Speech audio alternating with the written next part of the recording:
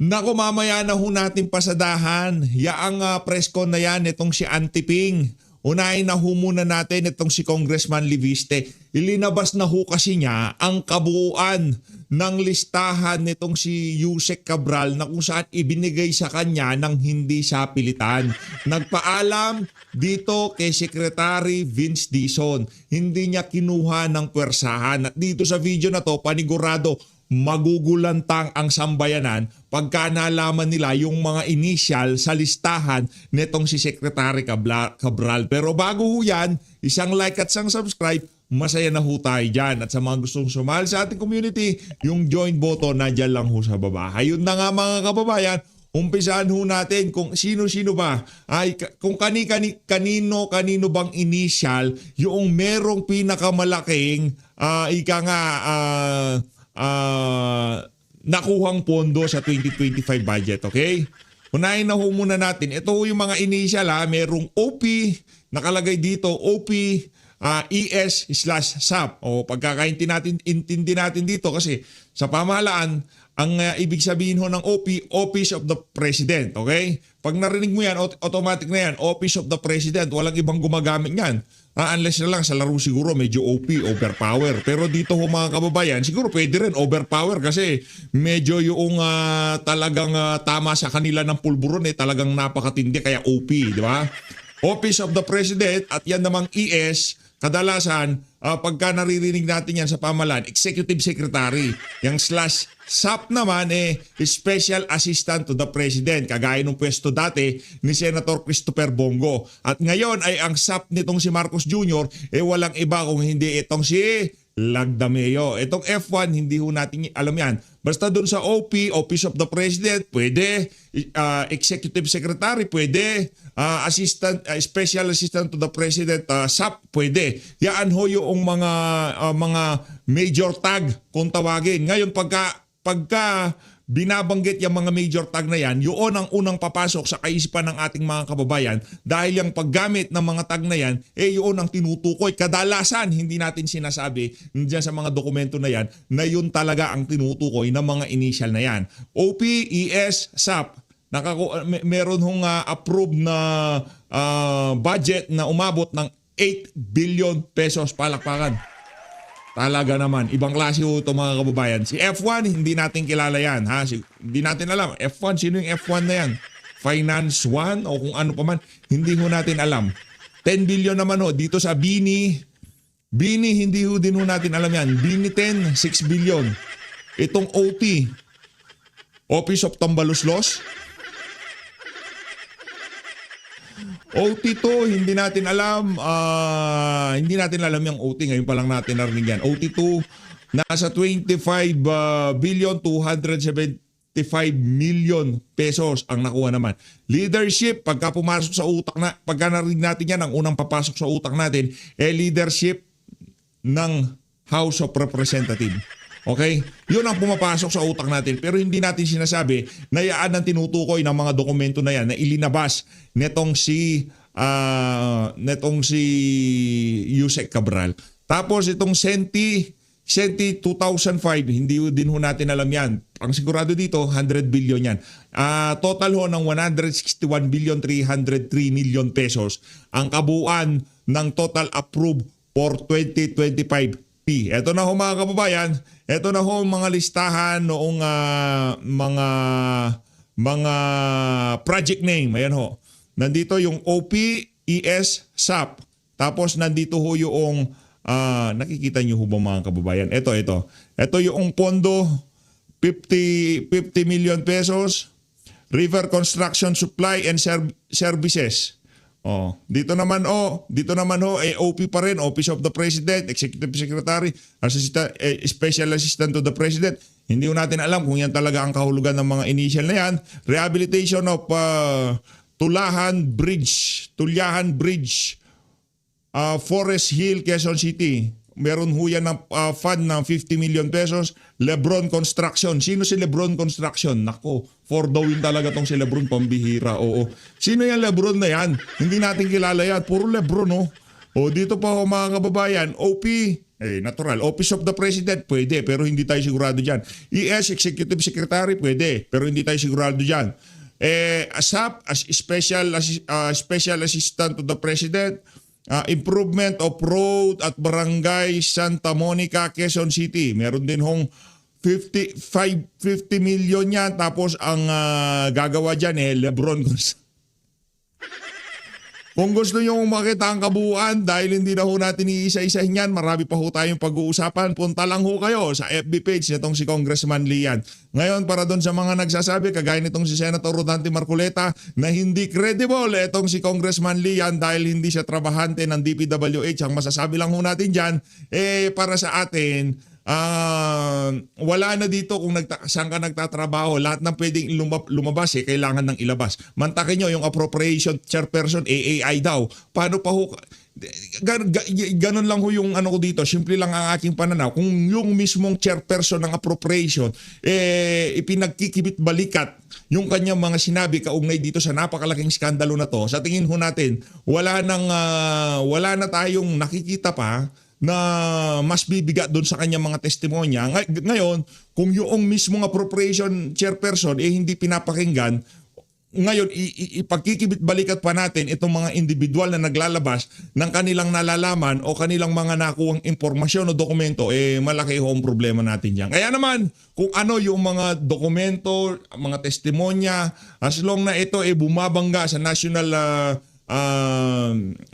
tawag dito, sa GAA, wala ho tayong problema dyan. Halimbawa na lang ho dito mga kababayan, example na lang kasi para ho naman ika nga mabigyan natin ng hustisya kasi delikado tong ginawa na to ni Kong Lian, para ika nga masuportahan natin yung paglalabas niya na yan, content ho natin to mga kababayan. Halimbawa na lang ho itong OP Rehabilitation of Tulyahan Bridge for Forest Hill, Quezon City, merong 50 million at ang gumawa Lebron Construction. Tingnan ho natin.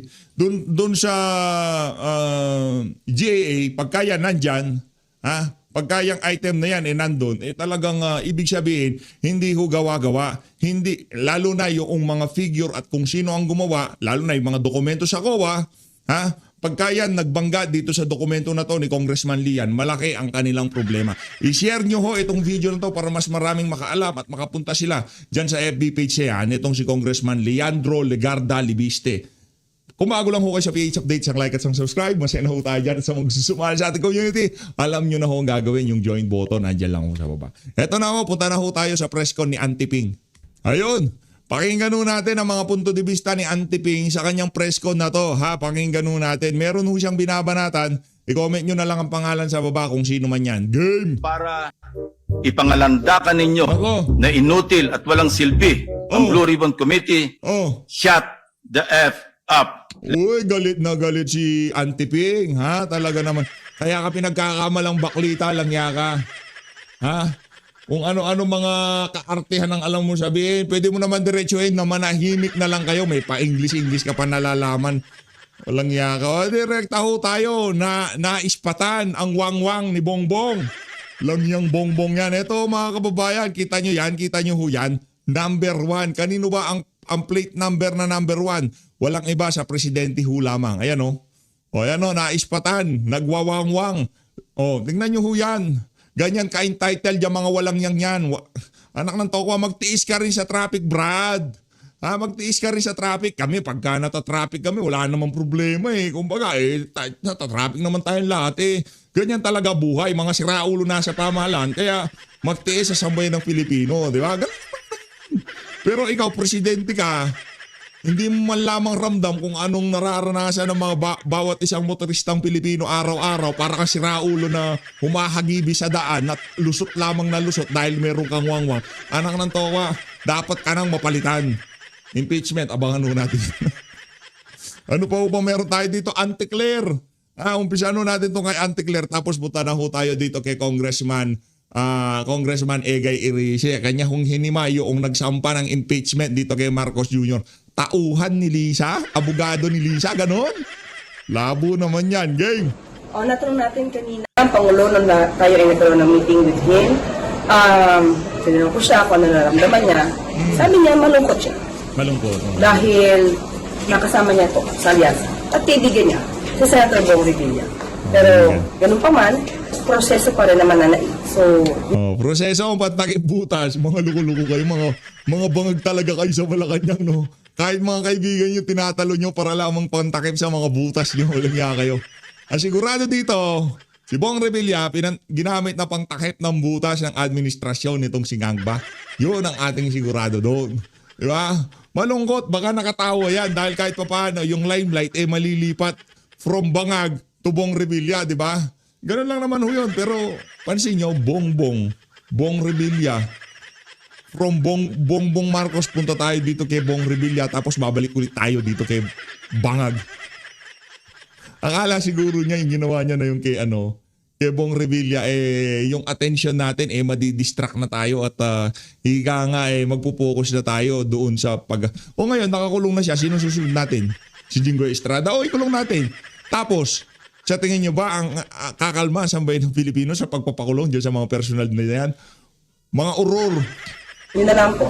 Kailangan po pagdaanan ito dahil may proseso. Still sinabi po niya na malungkot po siya sa nangyari. Malungkot daw ho ang bangag doon sa sinapit nitong si former Senator Bong Revilla dyan sa pagkaka-aresto niya. Pagsuko pala niya na yan. Gusto niyo bang mapanood ito? Para namang may sasagot. O sige, itong si dahilan ng pag-attend nitong si Bunuan dyan sa Senado. Sinitiring. Anong dahilan? Ito si Bunuan. Ito si Bunuan parang tanga no? Yung undersecretary nagpatiwa ka lang, sagot niya nung tinanong siya, ano masasabi niyo sa nitong si Cabral? No, namatay. Hindi po napaka-insensitive niya. O baka buhay pa talaga. Kaya kahit babuyan yung pagkamatay niya, walang kwenta dahil buhay pa siya. Abangan natin sa mga susunod na panahon. Iga nga, ang the best truth teller ang panahon. Abangan natin, malay nyo, bukas makalawa, merong makabangga dito kay Cabral kung saan pa man lupalot ng daigdig. Sa bagay, sanay naman nata magpaturok ng mukha yan si Cabral. Kung sakaling palitan nila pagmumukha niya, wala na siguro siyang, ika nga, okay lang yun sa kanya. Department, bakit 5 billion? Sa iyo lang po nakapunta. Saan ako mapupunta sa akin yung mga allocation na yan? O kanina napunta. Ano to ko merong pondo, meron dapat proyekto pero wala naman. Kanino napunta? Ikaw talaga. I'm in charge with the entire budget of 900 billion. So you didn't personally parang bakit mas allegation mo? Wala. I don't know where the figures are coming from. Meron pa ho pala tayong isang issue, no? Ano na ho ba kaya ang update doon sa New Senate building na itinatayo na yan ika nga ang utak ho talaga dyan, yan si Ping Lacson Boytago. Naku-curious tayo, ano na ho kayang balita dyan? Malaki-laki na ho nagasta natin dyan sa New Senate building na yan. Naku, kailangan natin ng update dyan. At panagutin yung kung sino man ang promotor na napakatalinong nakaisip ng bulwagan na yan. Mga makasarili, no? Iniisip lang talaga nila sarili nila. So yung pagpalit ko, suspended ka ba Senate Boyka? Yeah, I was afraid baka makontempt ako rito. Sir, how about in case kayo sa Cabrala pa? Anong thoughts na natin? I don't know. Yun lang ho pala kinatatakutan nitong damo na to, yung baka makontempt siya kaya siya dadalo. Hindi ho para makapag-shed siya ng kaliwanagan sa lahat ng kabalbalan na nangyayari ngayon sa ating bansa. Anyway, punta na ho tayo dito kay Congressman Ege Irice kahit pa paano. Ito naman, hindi ito DDS pero ang ating sigurado dito, isa ho ito sa mga dilawan dyan sa House of Game. Yung Game. muna, opening statement. Opening statement muna tayo, Kong. Okay, good morning. President Ferdinand Marcos Jr.'s recent statement that the work of the ICI is already completed can only be described as the height of insincerity and a clear insult to the intelligence of the Filipino people. Ni wala pang 10% ang trabahong dapat gawin ang tunay na naisakatuparan. The ICI was mandated to investigate tens of thousands of infrastructure projects from 2016 to 2025. To examine how the national budget process itself was used to enable what may be the largest plunder of public funds in our history, and to recommend structural safeguards so this can never happen again. Ito ang malinaw na utos na executive order ng Pangulo. Nagawa ba ito? Magagawa pa ba ito? The ICI has already been discredited by the resignation of its core members, by its own admission before Congress that it lacks both resources and powers to do its job, and by its failure to investigate the most crucial personalities involved in this budget heist. Who then will sign the ICI report? Can Commissioner Babe Singson and Commissioner Rosana Pajardo lend their integrity to whatever report the ICI may eventually submit? I will say this plainly. Any report produced under these conditions will be worthless, pure garbage. What is deeply troubling is the pattern that is emerging. It appears that the President does not want to know the truth. It appears that his administration would rather hide the truth, deflect the issue to the office of the Ombudsman, and allow the narrative to be managed and manipulated until public outrage fades. This also exposes the lack of sincerity behind the President's public directive to Congress to prioritize the proposed Independent People's Commission in the Senate and the ICAIC in the House. Words are meaningless when actions point in the opposite direction. The inevitable conclusion is this: the administration is trying to contain the flood control scandal, to protect relatives and allies, to deny the people their fundamental right to know the truth. I am deeply afraid for this country because of the President's words and actions. How long can this administration cover up an anomaly of this magnitude? To do so would require staying in power beyond accountability, ensuring protection after 2028, or guaranteeing the next president is a political puppet. History teaches us where this kind of thinking leads us. We have seen this before. The Filipino people will always seek the truth. Mr. President, the only honorable way for you to leave Malacanang in 2028 is to allow a truly independent commission created by Congress with real powers, real resources, and members of unquestionable integrity to uncover the truth, identify the culprits, and protect the people's budget. Kahit matagal ang investigasyon, okay lang yan. Hindi yun mahalaga. Ang mahalaga ay integridad, katotohanan at pananagutan para maitama ang pagkakamali at masigurong hindi na ito mauulit. At this point, the only meaningful legacy you can still leave this country is the fulfillment of your promised political reforms to ensure they pass Congress and are genuinely implemented before your term ends. The anti-political dynasty bill, the political party systems, and the ICAIC law. If you fail to do this, the economy will suffer, political instability will worsen, and once again, it will be the ordinary Filipino who pays the price. I call on our people to remain vigilant and to continue demanding truth and justice. Mr. President, I say this without malice, without politics. I sincerely pray for your enlightenment. Thank you.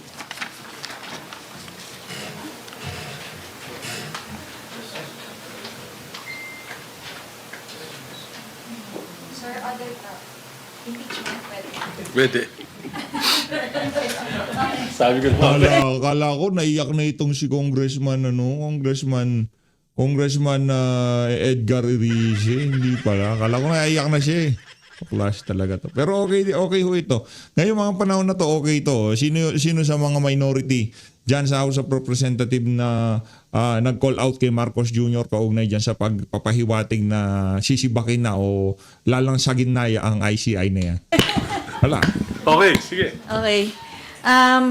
Sir, yesterday you issued a statement that you doubt the motives of Attorney Andre De Jesus because you parang insinuated that he has connections with the president or links to the president through the First Lady?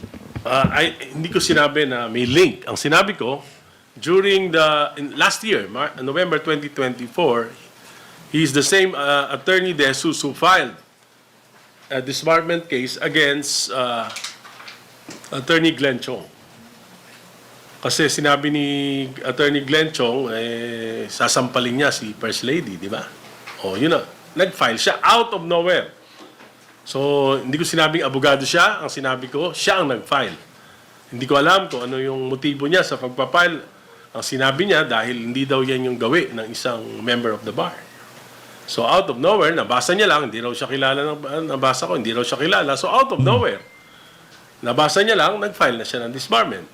Ngayon, out of nowhere, reading some articles in the newspapers, in the social media, at yun ang kanyang ebidensya, nag-file siya ng impeachment against the husband of the First Lady.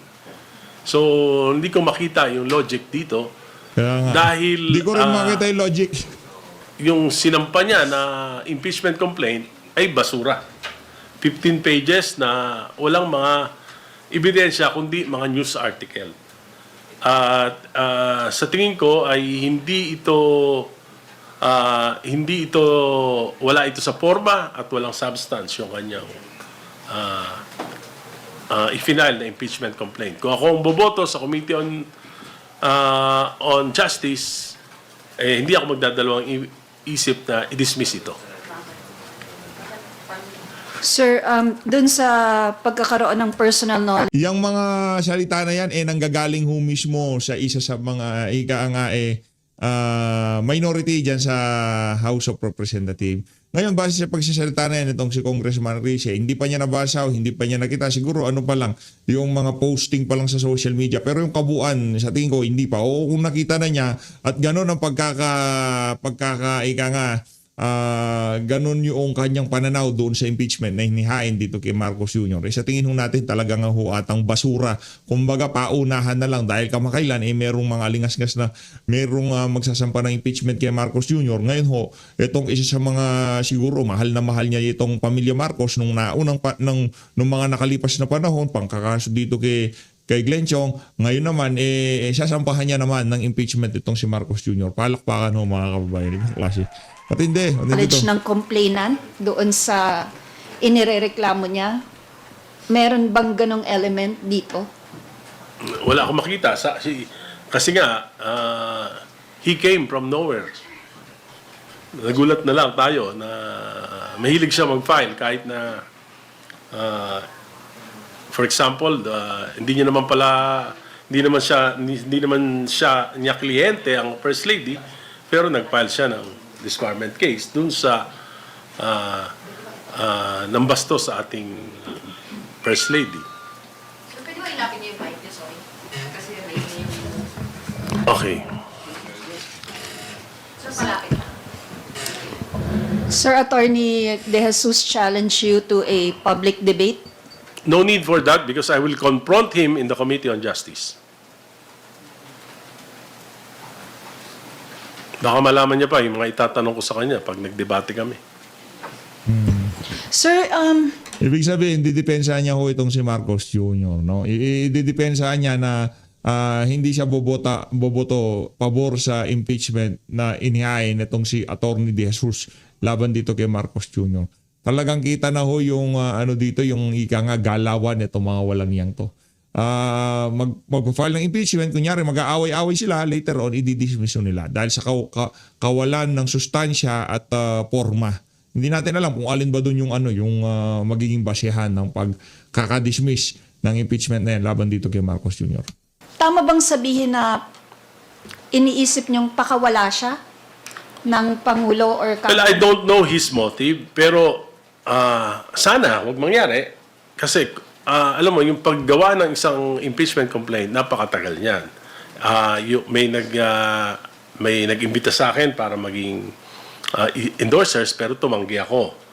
And sabi nga nila, they are preparing for the impeachment complaint. So yung Makabayan Black, they are also preparing for an impeachment complaint. Hindi madali ito. Nakita nyo naman siguro nung yung impeachment complaint against the Vice President kung gaano kakapal yung mga documents.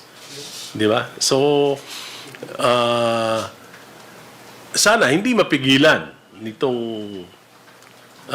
impeachment complaint na ito yung mga susunod pang impeachment complaints. Kasi Yung mga lehitimong impeachment complaint, sana hindi mapigilan ng pagsasama. Yan din ang una nating naisip. Pero sabi naman nitong si Congressman Mike Defensor, 10 session days. So mag-uumpisa yung first session day sa January 26. So mula doon sa panahon na yon hanggang sa 10 araw, pwede hong mag-file ng hindi pa naman nag-uumpisa ang session kaya sa pa lang, kumbaga kinuha lang siguro ng ng secretary diyan sa House of Representatives, pero talagang ang pa lang ipoproseso pa lang ho talaga yan sa pagbubukas ng sesyon sa January 26. Abangan ho natin. Tayo excited. Gusto nga ho natin Lunes na para makita na ho natin yung mga totoong yun ho talaga lihitimo. Kung sino man na mag-file sa 26, 27, 28, hindi ho natin alam kung sino-sino yung mga yan. Pero sa tingin ho natin meron talagang ilinulutong malaki laban dito kay Bangag sa mga susunod na araw. Abangan lang ho natin mga kababayan. At mangyaring suportahan ho natin yan kung sino man yung mga individual na yan. under the rules, may 10 days si Secretary General Jerapil to refer it to the Committee on Rules. Tapos may 3 days ang Committee on Rules as a speaker, then sa Committee on Rules. Pagkatapos, pag na-refer na ito sa Committee on Justice, ay wala nang ibang pwedeng makapag-file ng impeachment. Sana hindi nito mapigilan. Kung hindi naman mapigilan, magiging harmless itong impeachment complaint na ito, kahit na hindi maayos yung pagkagawa. Thank you, sir.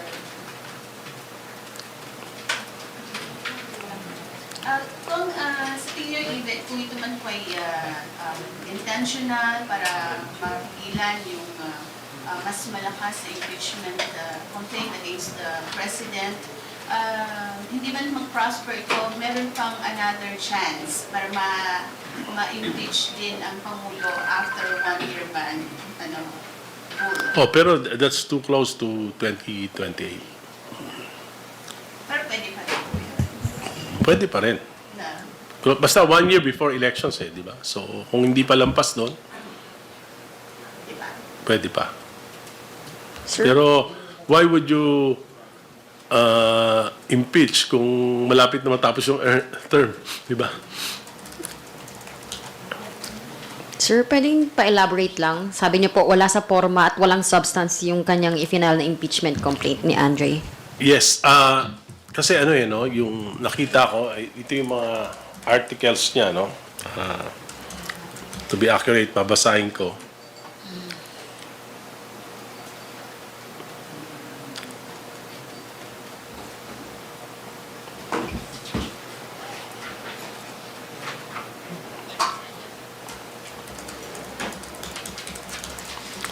Culpable violation of the Constitution and betrayal of public trust. The complaint alleges that the President enabled the kidnapping and surrender of former President Rodrigo Duterte to the International Criminal Court. It would require a lot of documents and to link the President. So, kung wala to, basura to. Graft and corruption. Allegations involve a systematic plunder of the national budget through unprogrammed appropriations and ghost flood control projects. It specifically cites a claim of 100 billion insertions in the 2025 budget for kickbacks. Ito yung sinabi ni Saldico. Wala naman dito si Saldico. Wala naman mga affidavit si Saldico. So, basura to.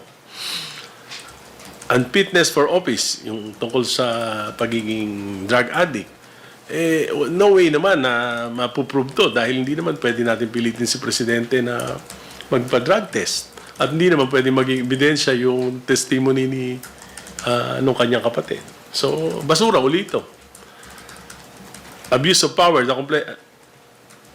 The complaint alleges the creation of an independent commission for infrastructure was weaponized move and political allies and target enemies. I don't think that this is a impeachable offense. And number 5, failure to exercise veto power. Pwede ito. Pero you have to attach a lot of documents. In fact, piniprepare ko sa study ko yung tungkol dito sa mga diversions and amendments and insertions. Piniprepare ko sa study ko yung tungkol dun sa yung effect nung yung general provision number 91, yung nailipat yung PDIC funds saka yung PhilHealth funds yung study baka kulang yung 50 pages. So ito yung buong complaint 15 pages. I don't think that the complainant can prove the guilt of the president with just these news articles as evidences. Si Kong Adyong, sinabi po niya yung impeachment complaint against BBM is dead on arrival na po sa Kamara. Sinabi po niya, it is weak, unsupported by credible evidence, and unlikely to move forward in the House. Do you share the same? I agree. Kindly expound, sir. I agree to the statement of Congressman Adyong. Dead on arrival na. Dead on arrival. Sir, so do you think this is deliberate? Parang nagpasa ng mahinang impeachment ko? Well, hindi ko alam yung plano eh. Kasi nga, kung makapag-file this week, yung ibang complainants, tapos medyo malakas, baliwala na rin yung effort niya. Pero, siguro, ang damage lang, magmamadali yung mga complainants para hindi sila hindi maging hindi kagad ma-initiate yung complaint. So yun ang damage, magmamadali. Napakamahirap gumawa ng isang impeachment complaint na maayos. Sir, sorry. How about the allegations na diversion? Drama lang itong i-final na impeachment complaint. Lalo na po maraming kongs katulad niyo po nagsasabi na basura itong reklamong impeachment laban kay PBBM. Well, ang medyo talagang nahihiwagaan ako. Especially with the endorser. Tahimik lang kasi si Kong Jeff. Nagulat na lang ako siya yung nag-endorse. And he's identified with the Garcias who are known stalwarts of the of the NUP. At yung NUP mismo, sinabi nila na hindi sila papayag sa mga impeachment laban sa Pangulo. Sir, sorry. Si Kong Pulong Duterte, he also said in a statement yesterday na lutong Macau. Do you also believe that lutong Macau itong impeachment complaint na to? Well, nakakaduda. Kasi sabi ko harmless to pag may nag-file this week. Harmless tong impeachment complaint na ito. Unless na siguro kung mai-refer kagad to, may sama. Hindi na hintayin yung ibang ifa-file within the week. Makikita naman natin kung ano yung motive pag nakapag-file na yung ibang mga complainants. Kong Aris, good morning. Yes. Mil Kirigonan of DCRH. Can we take it to mean, based on your statement now, that this is an advantage kay Pangulong Marcos, yung maagang pagsasampa ng impeachment against the President? Kasi ang sabi po ni Congressman Keith,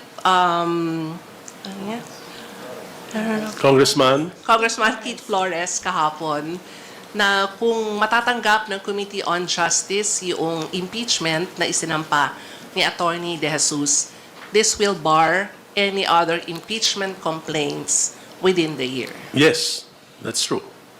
So, ano talaga, any other complainants should hurry, should file it. Dapat nga today, pero wala naman yata. So, this is an advantage to the President, sir. Ano po ang balita? You're part of the minority group. Ano pa ang balak po ng Makabayan Bloc? Kasi sila po ang nagsabing susunod silang mag-file ng impeachment. Yes, sabi nila, they will file. Sabi ni Congressman Tino sa akin na magpa-file sila. Hindi ko lang alam kung kailan talaga. Last question, Congressman Erice. This is a prerogative of the President, pero sakali pong matuloy ang hearing ng Committee on Justice, is it better kung humarap ang Pangulo, magpaliwanag sa mga alegasyon laban sa kanya sa pagdinig ng komite on his impeachment complaint? Hindi naman parang hindi naman maganda kung siya mismo, kahit na representative niya, basta sagutin lang yung mga tinatanong. Ako, sa akin simple lang eh. Para sa akin yung ibang mga issue, baliwala naman eh. Ang issue lang sa akin yung tungkol sa national budget ng 2023, 2024, 2025 at pinayagan niya na ito ay baguhin ng Kongreso. Tanggalin yung mga pinakamahalagang mga programa niya at palitan ng mga kalokohang proyekto na naging sanhi nitong malawakang korupsyon na pinagdurusahan hindi ng buong bayan sa ngayon. Di ba? Ang buong bayan ang epekto na to. So dapat ipaliwanag niya talaga bakit he allowed it for 3 years. Bakit yung kabinete niya pinayagan ito? Yan yung malaking tanong eh. Kasi kung pinayagan niya to nang walang dahilan, either kasabot siya o napabayaan niya talaga. Which is both which can be considered both as an impeachable offense. Thank you, sir. Sir, good morning, sir. Sir, with regards naman doon po sa re-refile na impeachment against VP Sara, are you going to endorse it? No, I already declined to endorse it. Sabi ko, the same way that I declined endorsing the impeachment complaint against the President, ganun din sa Vice President. Para pagdating ko sa Committee on Justice, I will have an open mind. Hindi ako Marcos, hindi ako Duterte. Liberal ako.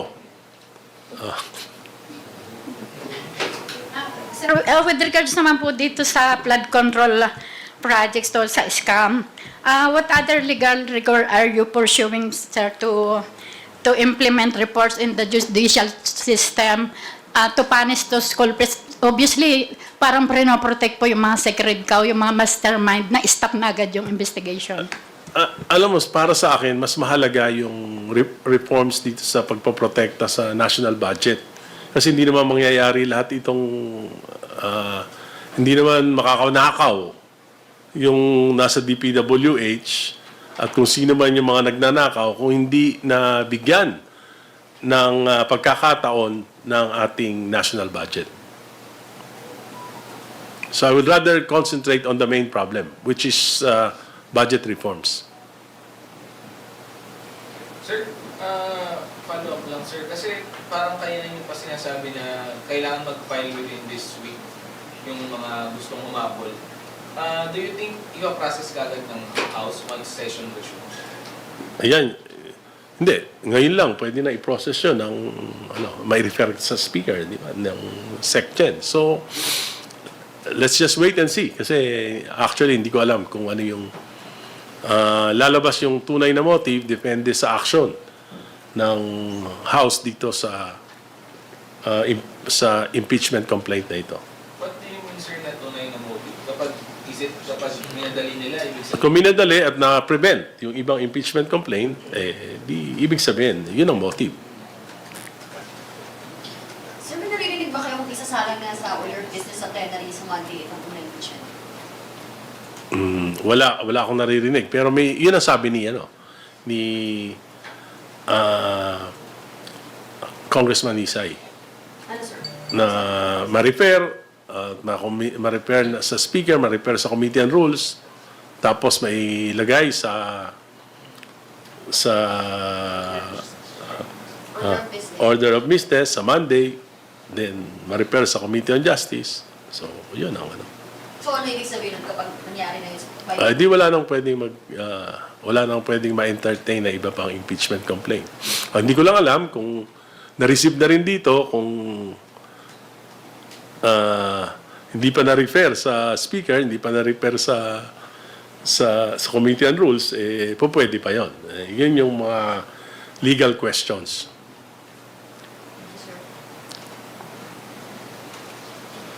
Sir, sa minority, sorry. Pardon for this question. Sa minority block ba inaalok yung pag-e-endorse ng impeachment complaint? For example, for this one, Wala. Sa akin nga, di ba? Kasi po, inalok kayo. Inalok ako. At sa alam ko December. marami rin. Sabi sa akin ni Kong Eli San Fernando, inalok siya, pero nag-decline din siya. Sir, may naririnig ba kayo na balak tahakin yung third mode ba yun? Yung 1/3 of House lawmakers will Only after the ano na yan. Because meron ng Supreme Court ruling Hindi, na kailangan... for BBM. Meron ba kayong naririnig ngayon na may naglilikom, Wala, naglo-lobby wala. para kumalat Wala. ng 1/3? Wala.